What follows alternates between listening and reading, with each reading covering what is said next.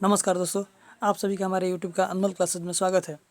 आज हम लोग 10th क्लास के फिजिक्स के विद्युत अर्थात इलेक्ट्रिसिटी वाले चैप्टर से सारे प्रश्नों पर चर्चा करेंगे, जो कि सारे प्रश्न 10th क्लास के बोर्ड के लिए मोस्ट इम्पोर्टेंट होंगे। उससे पहले कल के वीडियो में दिए गए प्रश्न के बारे में हम लोग चर्चा कर लेते हैं। तो कल का दिया हुआ प्रश्न जो था, एक स्वस्थ आँख की दूरी बिंदु होती है। तो एक स्वस्थ आँख की दूरी बिंदु जो होती है वह अनंत होती है, इसीलिए ऑप्शन इसका डी सही होगा। अगर यहाँ पे हम एक्स्ट्रा फैक्ट की बात कर लें तो अगर प्रश्न दिया हुआ था सुस्पष्ट की न्यूनतम दूरी होती है, तब वहाँ पे 25 सेंटीमीटर होती। सो दोस्तों, कल वाले वीडियो का ऑप्शन डी सही होगा। अगला प्रश्न देखते हैं दोस्तों। जी दोस्तों, तो आज हम लोग स्पेशल 10th क्लास के विद्युत अर्थात इलेक्ट्रिसिटी वाले चैप्टर पर बात करेंगे, जिससे रिलेटेड सारे प्रश्न होंगे आज इस वीडियो में।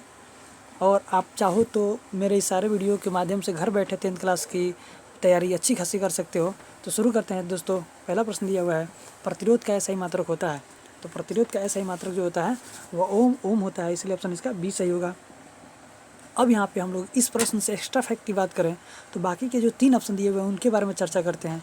तो यहाँ पे दिया हुआ है एम्पियर। एम्पियर जो होती है वह विद्युत धारा को मापने के लिए यूज़ की जाती है।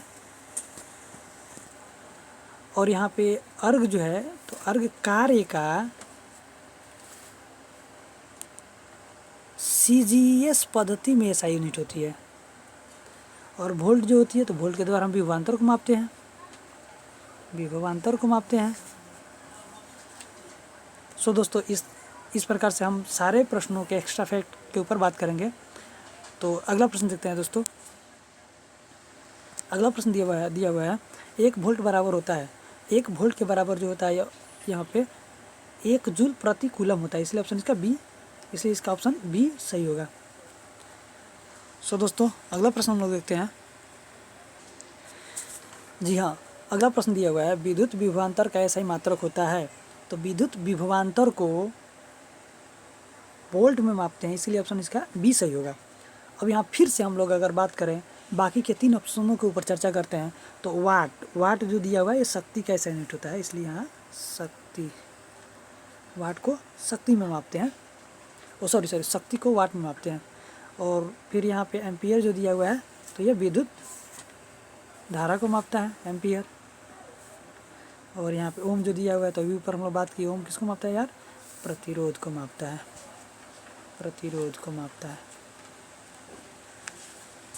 सो दोस्तों, अगला प्रश्न देखते हैं हम लोग।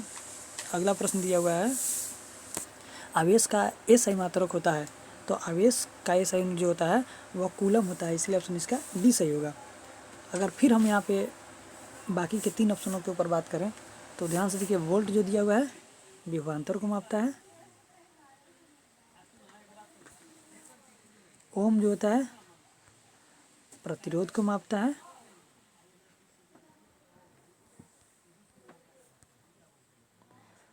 जूल जो है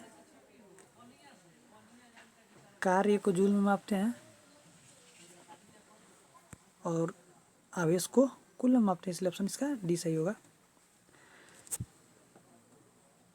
सो दोस्तों, अब अगला प्रश्न देखते हैं हम। आमीटर को विद्युत परिपथ में कैसे जोड़ा जाता है? तो आमीटर को विद्युत परिपथ में श्रेणी क्रम में जोड़ा जाता है, इसीलिए ऑप्शन इसका ए सही होगा। सो दोस्तों, अगला प्रश्न देखते हैं।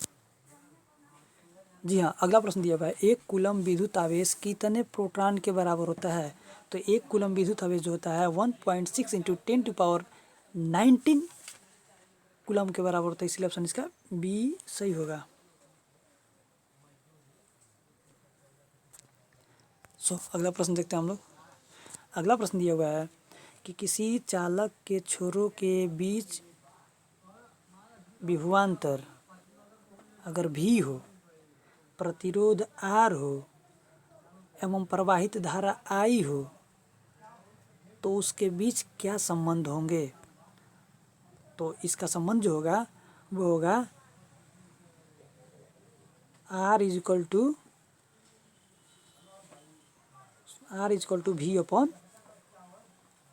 V/I, अर्थात होता है कि V यहाँ से होगा V = IR।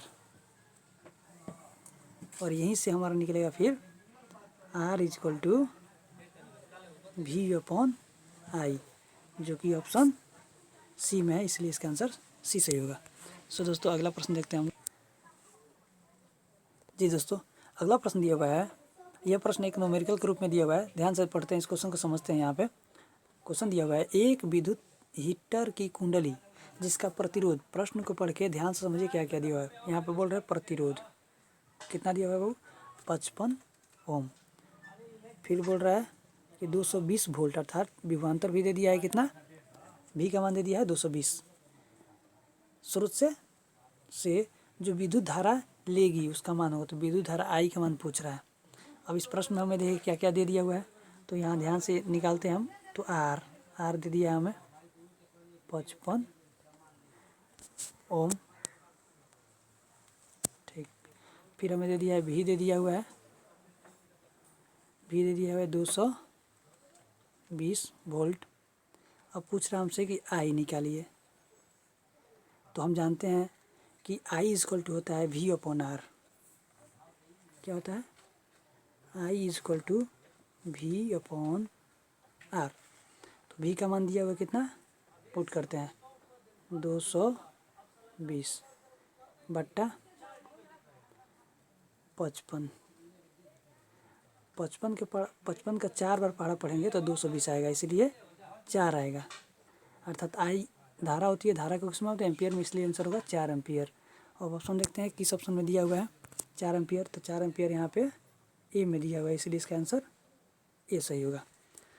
फिर से अगर इस प्रश्न में अगर बात करें हम, तो भी आर दिया हुआ है, भी दिया हुआ है, आई निकालना है। तो आई इसको हम जानते हैं होता है क्या है, भी अपॉन आर। तो भी का मान दिया हुआ है 220 वोल्ट अपॉन आर का मान दिया हुआ है 55 वोल्ट, 55 ओम।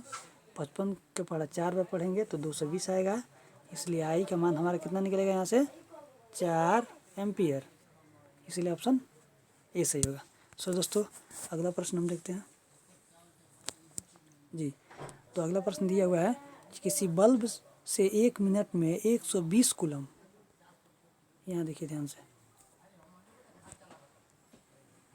ये प्रश्न देखिए ध्यान से, बोल रहा है कि किसी बल्ब से 1 मिनट, यहाँ 1 मिनट टाइम दे दिया हुआ है, 120 कूलम आवेश दे दिया हुआ है, प्रवाहित हो रहा है। तो विद्युत धारा, फिर यहाँ पूछ रहा है कि आई का मान क्या होगा।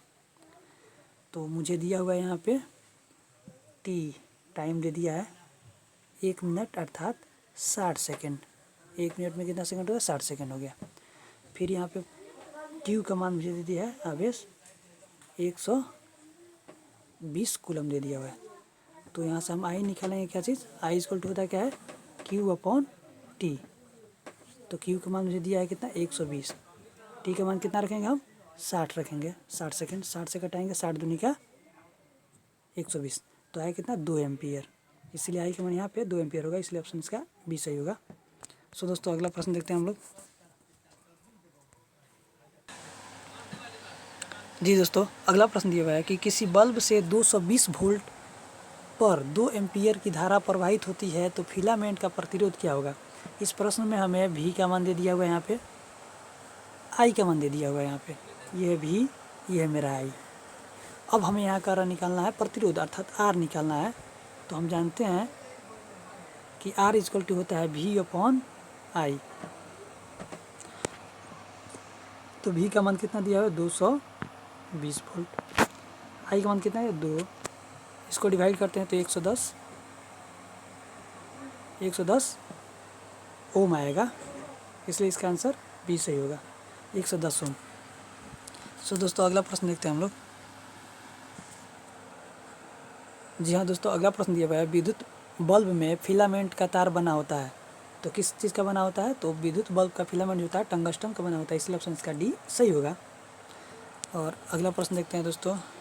तो अगला प्रश्न दिया हुआ है कि किसी चालक के प्रतिरोधकता का मात्रक होता है, तो किसी चालक के प्रतिरोधकता का मात्रक होता है ओम प्रति मीटर होता है, इसलिए ऑप्शन इसका सी सही होगा।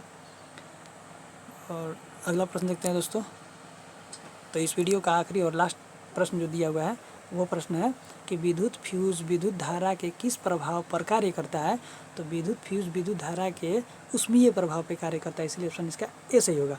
सो दोस्तों, ये वीडियो यहीं पे समाप्त होती है। अगर आपको ये वीडियो अच्छा लगता है तो इस वीडियो को लाइक तथा शेयर और चैनल को सब्सक्राइब करें और बाकी के अपने सभी मित्रों में इस वीडियो को शेयर करें ताकि उन सभी मित्रों को इस वीडियो से लाभ प्राप्त हो सके। सो दोस्तों, थैंक्स, बेस्ट ऑफ लक।